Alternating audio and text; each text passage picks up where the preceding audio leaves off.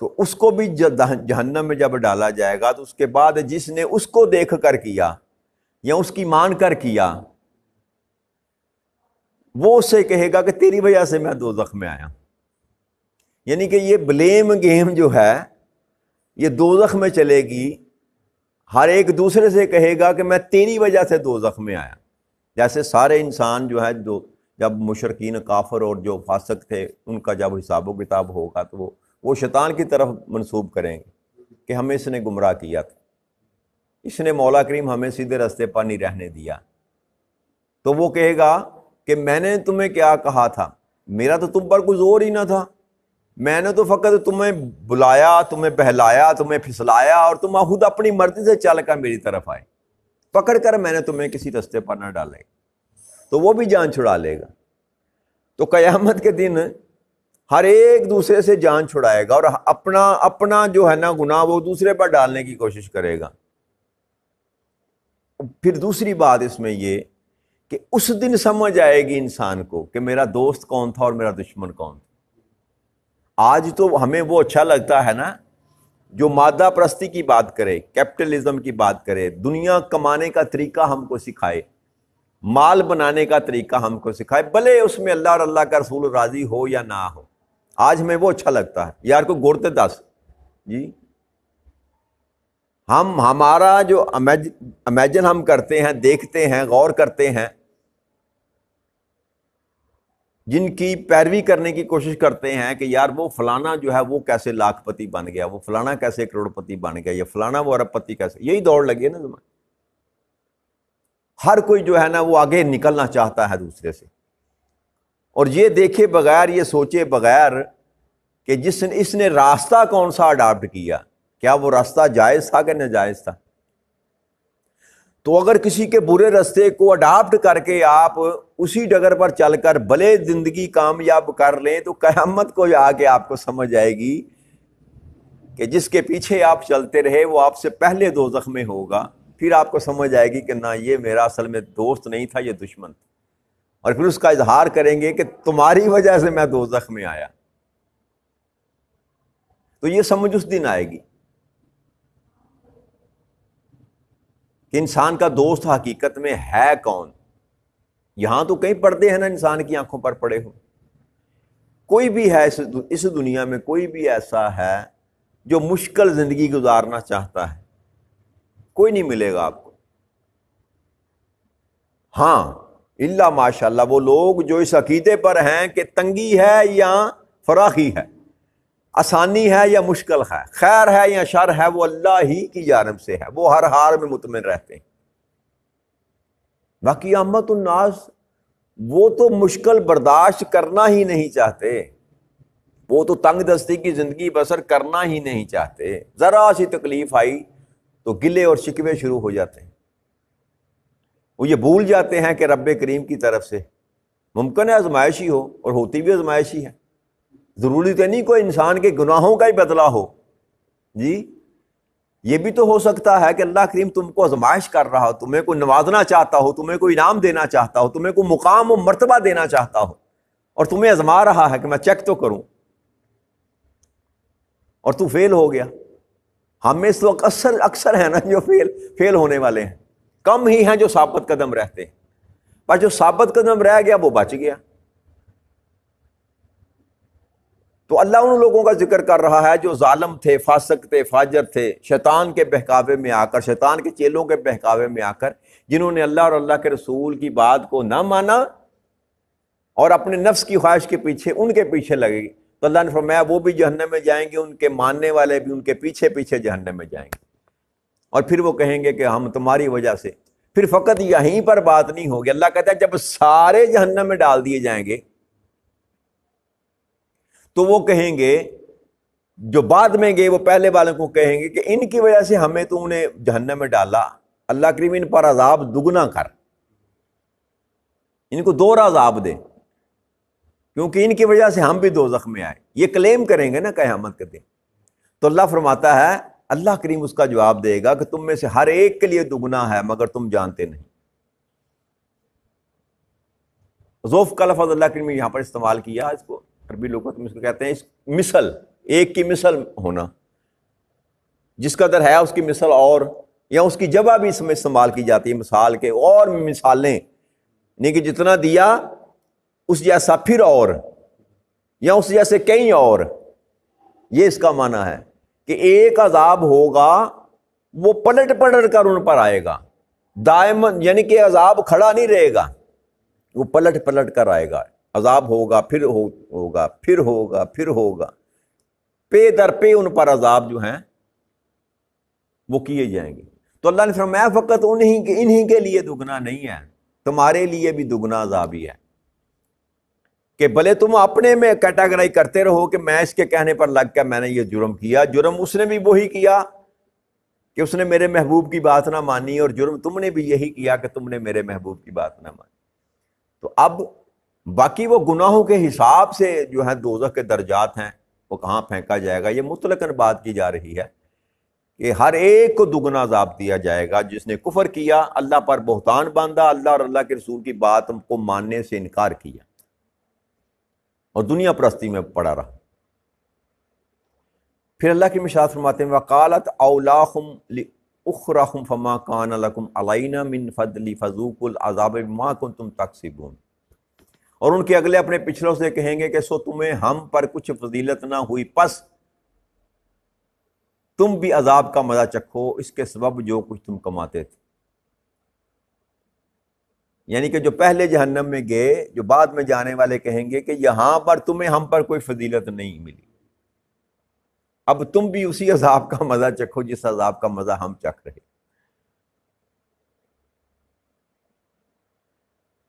اللہ کی ارشاد فرماتے ہیں ان الذین کذبوا بآیاتنا واستکبروا عنہا لا تفتح لهم ابواب السماء ولا يدخلون جنۃ حتى یلج الجمل فی سم الخیاط وکذلک نجزی المجرمین.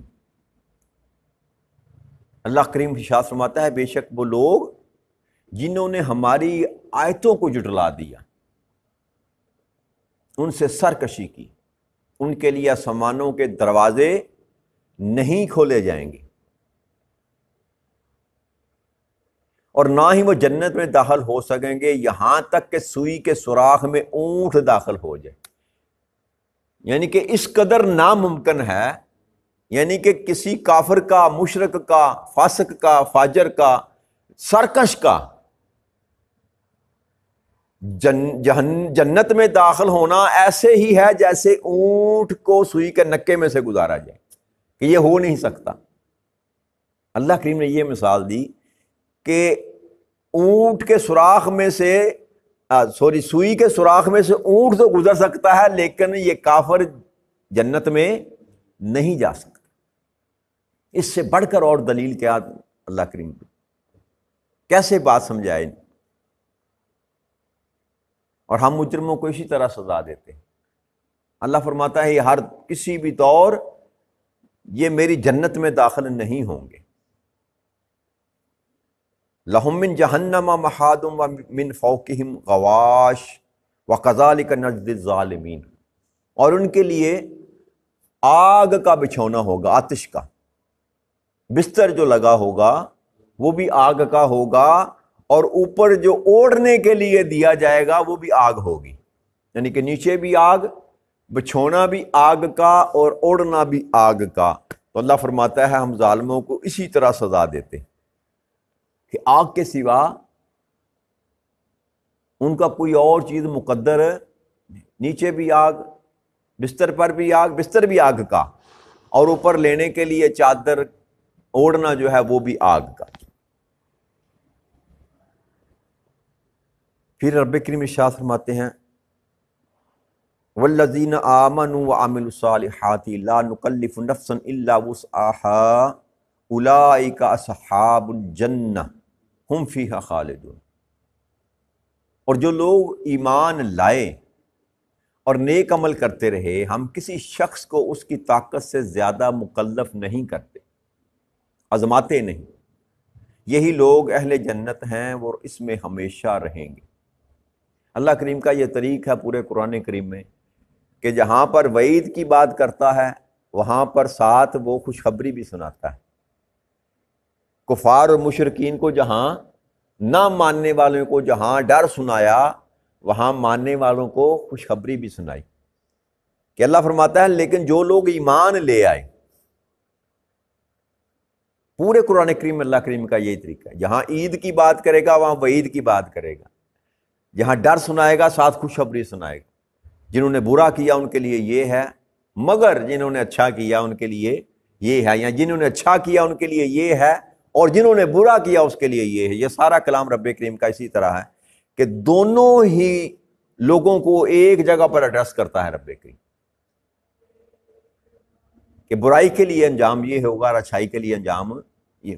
تو اللہ نے فرمایا جن لوگوں نے جو ایمان لے آئے، جنہوں نے میرے اور میرے محبوب کی، میری اور میرے محبوب کی بات کو مان لیا، تسلیم کر لیا، پھر اپنی زندگی میں نیک اعمال کرتے رہے، زندگی کو اس طرز پر گزارنے کی کوشش کرتے رہے جیسا میرے محبوب نے بتایا تھا۔ پھر دوسری بات رب کریم نے فرمائی کہ یہ اللہ فرماتا ہے کہ میں کسی کو بھی اس کی طاقت سے بڑھ کر نہیں آزماتا، اتنا ہی بوجھ رب کریم ڈالتا ہے جتنا انسان برداشت کر سکتا ہے۔ اب یہ میں جو بات کر رہا تھا نا کہ ہماری برداشت کی جو قوت ہے نا وہ کم اس لیے ہے کہ ہم ایمان میں کمزور ہیں۔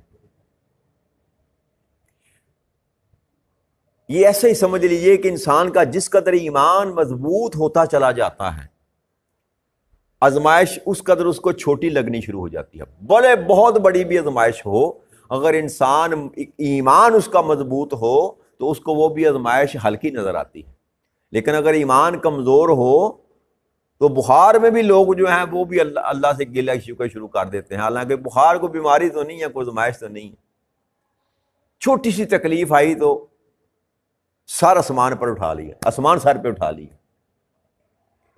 تو یہ ایمان کے ساتھ سارا یہ نا اسکرلیٹ ہے، جیسے جیسے ایمان بڑھتا چلا جاتا ہے انسان کا مضبوط ہوتا ہے، استقامت پر آتا ہے، ویسے ویسے آزمائش انسان کو چھوٹی نظر آتی ہے۔ ابراہیم علیہ السلام جیسا جب انسان کا ایمان ہو تو وہ نمرود کے سامنے اکیلے کھڑے ہو جاتے ہیں، اور جلتی ہوئی آگ میں پھینکا بھی جاتا ہو تو لبوں پر کبھی گلا اور شکوہ نہیں آتا۔ یہ ایمان ہے۔ ایمان ایسا جب بلال حبشی کو میسر آ جائے تو تپتی ریت پر لٹا کر، گرم پتھر چھاتی پر رکھ کر، لوہے کی گرم سلاخوں کے ساتھ داغا بھی جائے تو پھر بھی اللہ اکبر کے سوا کوئی اور صدا نہیں نکلتی۔ تو یہ سارا کا سارا جو معاملہ ہے نا ایمان کے ساتھ جڑا ہوا، اور نیک اعمال جو رب کریم نے بات کی نا، ایمان کو اور نیک اعمال کو ساتھ جوڑا۔ نیک اعمال ایسے جو ہوتے ہیں وہ انسان کے ایمان کو جلا بخشتے، تقویت دیتے ہیں۔ جو بندہ ایمان لے آتا ہے مسلمان ہو جاتا ہے، جب جتنے جتنے وہ نیک اعمال کرتا چلا جائے گا، جتنے وہ مجاہدہ کرے گا، کوشش کرے گا، اللہ کے ساتھ تعلق کو ڈیولپ کرنے کی، بنانے کی کوشش کرے گا، اس قدر اللہ کریم اس کے ایمان کو مضبوط تر کرتا چلا جائے گا۔ اور اگر اللہ کے ساتھ دوستی پکی ہو جائے، یارانہ سچا ہو جائے، تو پھر اسی زمین پر رہنے والے انسانوں میں سے اللہ کریم فرماتا ہے کہ یہ میرا دوست ہے۔ آسمانوں سے نہیں اترتے، وہ زمین پر بسنے والے ہم جیسے ہی انسان ہوتے ہیں، لیکن ان کا مجاہدہ، ان کی کوشش، ان کی محنت، ان کی لگن، ان کا تعلق اللہ کے ساتھ اتنا مضبوط ہو جاتا ہے کہ پھر ان کو یہ کہنے کی ضرورت نہیں پڑتی کہ اللہ ہمارا دوست ہے، اللہ کہتا ہے کہ یہ میرا دوست ہے۔ تو پھر ان پر کسی قسم کی بھی آزمائش آ جائے تو وہ گھبراتے نہیں۔ پھر سارا خاندان بھی اگر امام حسین علیہ السلام کی طرح اپنی آنکھوں کے سامنے بھی ذبح کروانا پڑ جائے تو وہ استقامت کا پہاڑ بن جاتے ہیں، ان کے قدموں میں لغزش نہیں آتی۔ یہ سارا جو تعلق ہے نا یہ ایمان اور ایمان کے ساتھ عمل صالح، جب اس مقام، اس جگہ پہ انسان پہنچ جاتا ہے نیک عمل کرتے ہوئے کہ اللہ کا نیک بندہ بن جاتا ہے، اللہ کا دوست بن جاتا ہے، تو پھر جیسے بھی مشکل آ جائے، جیسی بھی مشکل آ جائے وہ گھبراتا نہیں۔ اللہ کا پیمانہ اور قانون ایک ہی ہے، وہ کہتا ہے میں تیری طاقت سے بڑھ کر تجھے نہیں آزماتا۔ بندہ کمزور ہو جاتا ہے، ایمان کی قوت نہ ہونے کی وجہ سے بندہ اس مقام سے نیچے آ جاتا ہے، وہ کمزور پڑ جاتا ہے اور گھبرا جاتا ہے۔ اللہ نہیں ضرورت سے زیادہ کسی پر بوجھ ڈالتا۔